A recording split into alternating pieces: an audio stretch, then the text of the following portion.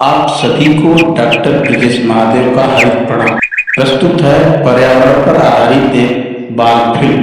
पर्यावरण से तात्पर्य उस परिवेश से है जिसमें पृथ्वी पर जीवन विद्यमान है। पशु, मनुष्य, सूर्य का प्रकाश, जल, वृक्ष और वायु जैसे घटक पर्यावरण का निर्माण करते हैं। ये पृथ्वी के सजीव और निर्जीव घटक हैं। सजीव जीवों में वृक्ष, मनुष्य और पशु शामिल हैं।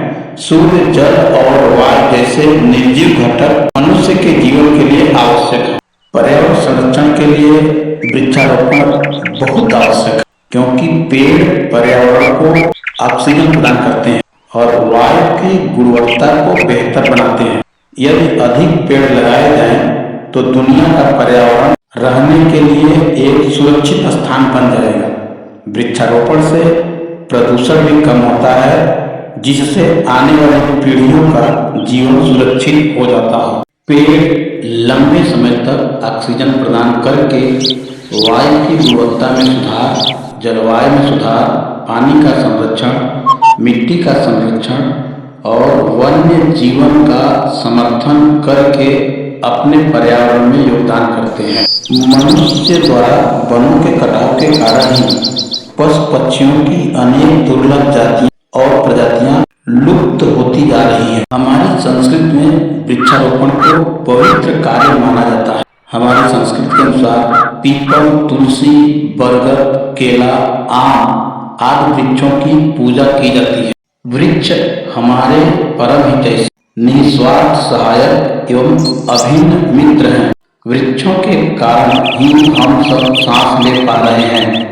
सदियों से मनुष्य ने वृक्षों को अपनी आवश्यकताओं के अनुसार उसका इस्तेमाल किया है। मनुष्य ने घर बनाने हेतु उसका इस्तेमाल किया है। पेट भरने के लिए रसीले स्वादिष्ट फलों का भोग किया तथा भिन्न भिन्न सामग्रियां बनाने के लिए लकड़ी का इस्तेमाल किया है। अतः इस तरह बचपन से लेकर बुढ़ापे तक वृक्ष हमारी अनेक आवश्यकताओं की पूर्ति करता आया है। इस धरती पर जब तक वृक्ष सुरक्षित हैं, तब तक प्राणी जगत भी सुरक्षित है।